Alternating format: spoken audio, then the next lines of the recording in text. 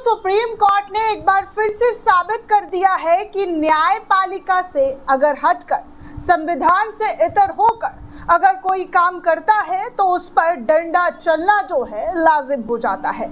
आजकल हमारे देश में दोस्तों कुछ ऐसी चीजें हो रही है जिससे संविधान पर भरोसा रखने वाले, न्यायपालिका पर भरोसा रखने वालों की नींव जो है वो हिलती हुई नजर आ रही है। जाहिर सी बात है दोस्तों, इन दिनों राहुल गांधी के जरिए चुनाव आयोग पर बड़े गंभीर आरोप लगाए गए हैं, जिसके बाद वोट चोरी का मामला हर किसी के ज़हन में उठ रहा है। चुनाव आयोग इन सवालों का जवाब कब देगा, फिलहाल कोई बात निकलकर सामने नहीं आई है।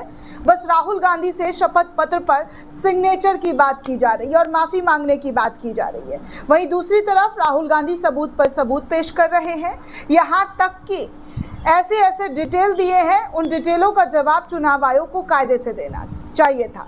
खैर, चुनाव आयोग पर बात बाद में करूंगी। जो खबर दिखाने आई हूं, जो खबर बताने आई हूं, उस पर बात करूंगी, क्योंकि संवैधानिक पदों पर बैठे लोगों के जरिए अगर कोई ऐसा काम किया जाना शुरू कर दिया जाता है जिससे इंसान की नींव हिल जाती है और लोग संवैधानिक पदों पर बैठे हुए लोगों पर विश्वास भरोसा नहीं कर पाते हैं, और ये लोकतंत्र की, जी हाँ, खूबसूरती नहीं बल्कि कमज़ोरी दिखाई दी जाती है और कमज़ोर कड़ी मानी जाती है।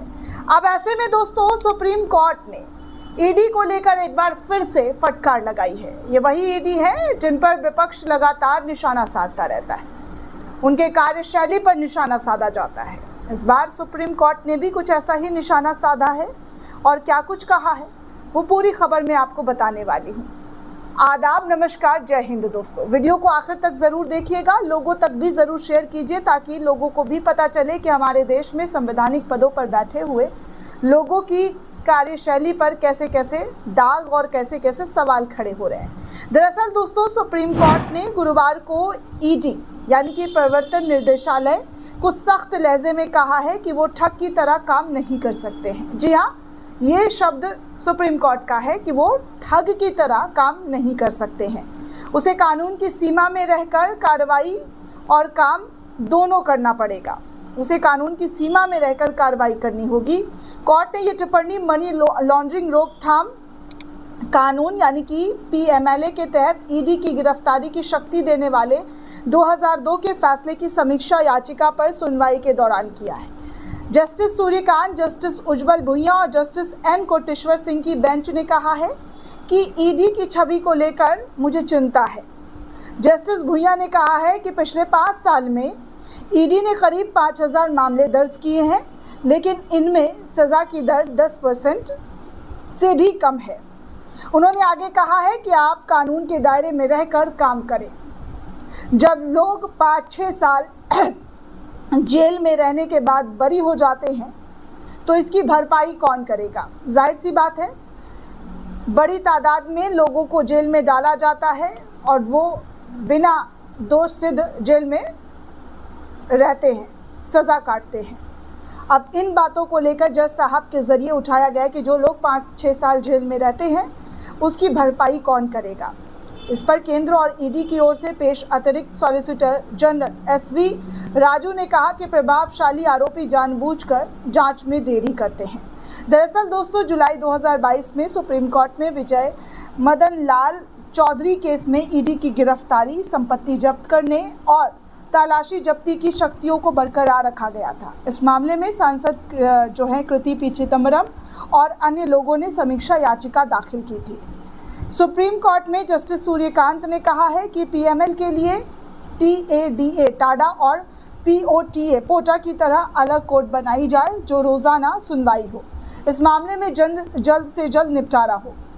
उन्होंने ये भी कहा कि प्रभावशाली आरोपी फिर से याचिका दाखिल करेंगे, लेकिन उन्हें पता होगा कि अगली ही तारीख पर फैसला हो जाएगा। अब वक्त आ गया है कि ऐसे लोगों पर सख्ती बरती जाए। सुनवाई के दौरान एसजी राजू ने बताया कि कई आरोपी देश छोड़कर केमैन आइलैंड जैसे देश में चले गए हैं और क्रिप्टो करेंसी जैसी आधुनिक तरीकों से जांच को प्रभावित करते हैं। इस पर जस्टिस सूर्यकांत ने कहा कि सरकार को क्रिप्टो करेंसी को रेगुलेट करने पर गंभीरता से विचार करना चाहिए। दोस्तों आपको बता दूं कि 21 जुलाई को राजनीतिक लड़ाई चुनाव तक ठीक है, इसके लिए एजेंसियों का इस्तेमाल क्यों? इस तरीके की टिप्पणी भी सुप्रीम कोर्ट के जरिए की गई थी। राजनीतिक लड़ाइयां चुनाव में लड़ी जानी चाहिए, जांच एजेंसियों के बीच नहीं, जांच एजेंसियों के जरिए नहीं। ईडी का इस तरीके से इस्तेमाल क्यों हो रहा है, ये हमारा मुंह मत खुलवाइए, नहीं तो हम ईडी के बारे में कठोर टिप्पणियां करने के लिए मजबूर हो जाएंगे। मेरे पास महाराष्ट्र का कुछ अनुभव है।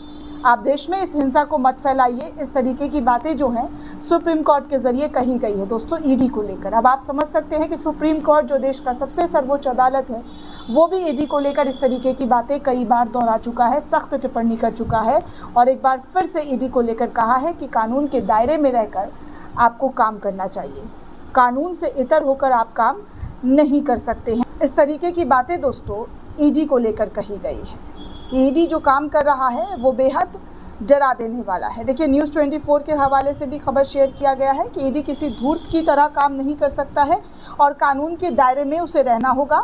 हम ईडी की छवि की चिंता है। 5-6 सालों तक हिरासत में रखने के बाद अगर लोग बरी हो जाते हैं तो इसकी भरपाई कौन करेगा?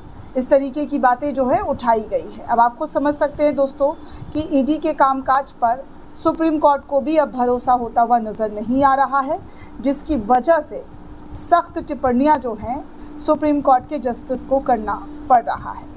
दोस्तों, इस पूरे रिपोर्ट को लेकर आप क्या सोचते हैं, आपकी क्या प्रतिक्रिया है, हमें कमेंट करके ज़रूर बताइएगा। साथ ही साथ चैनल को ज़्यादा से ज़्यादा लाइक, शेयर और सब्सक्राइब करना बिल्कुल भी ना भूलें। शुक्रिया दोस्तों।